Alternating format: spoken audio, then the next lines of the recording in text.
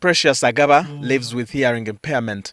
However, she was born normal until the age of 12 when she fell ill. I got malaria, and a nurse at school gave me a quinine injection, and it wasn't until 2 weeks later that I realized that something was wrong. Students at school noticed that they could talk to me and they couldn't hear. So everything just turned upside down. The injection damaged my ENT system. So it's not that I couldn't just hear.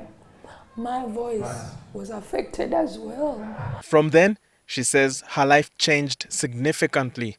She completed her studies at the advanced level but was not admitted to university. I had applied to do law, mass communication, a bit of journalism at Makerere University. So my dad brought me. We came to check if I had gotten, if I had been enlisted. So we came and I looked on the list, I couldn't see my name. My dad asked, but how come she was among the best people in Masende and she was the best student in her school? Why isn't she on the list? And the woman told me, there's no way we could give you this course because you can't hear. How are you going to argue cases in court? How are you going to do journalism if you can't hear people?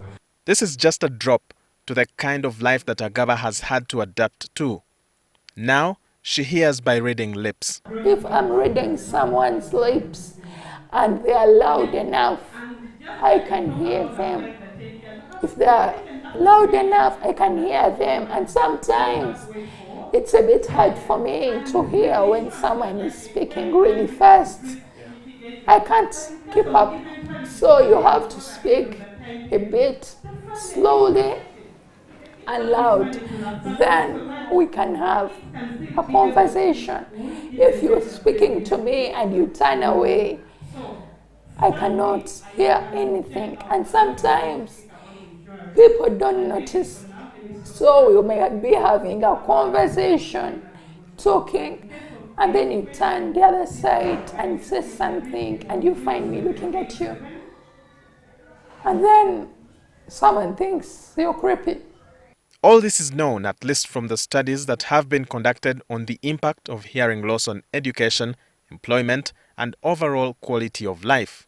Agaba is one of the few people who gathered at the Hear His Voice offices in Ntinda today to mark the World Hearing Day. The small number of attendants also speaks to lack of awareness for a problem the experts like to call a silent pandemic. Some of the parents want government and every other individual to play a role in helping people with hearing impairment live a quality and purposeful life. Do not exclude them. And where a child needs maybe a hearing aid, support the child. That stigma should end now. Schools do not want to touch a child who has any hearing gadgets. They'll say, oh, we can't afford in case anything happens. And they'll even make you sign a waiver that they are not liable should anything happen. So you even find that teachers are not helping. Some hearing loss can be restored through the use of an implanted device that replaces the malfunctioning parts of the human ear. But this comes at a cost ranging between 100 to 150 million shillings. We know they're limited, they have priorities, but we need the government support. The gadgets are so expensive. Think of a parent. As soon as a child is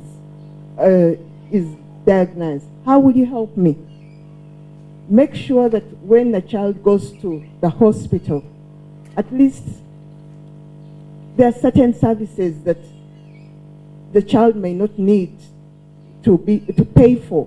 We sit down and keep quiet in our corners, they will still be expensive. We need to make sure they are put in the mainstream with any other medicine that is available for everybody. And I'm sure once we make associations and the groups that talk about this, we should be able to be listened to.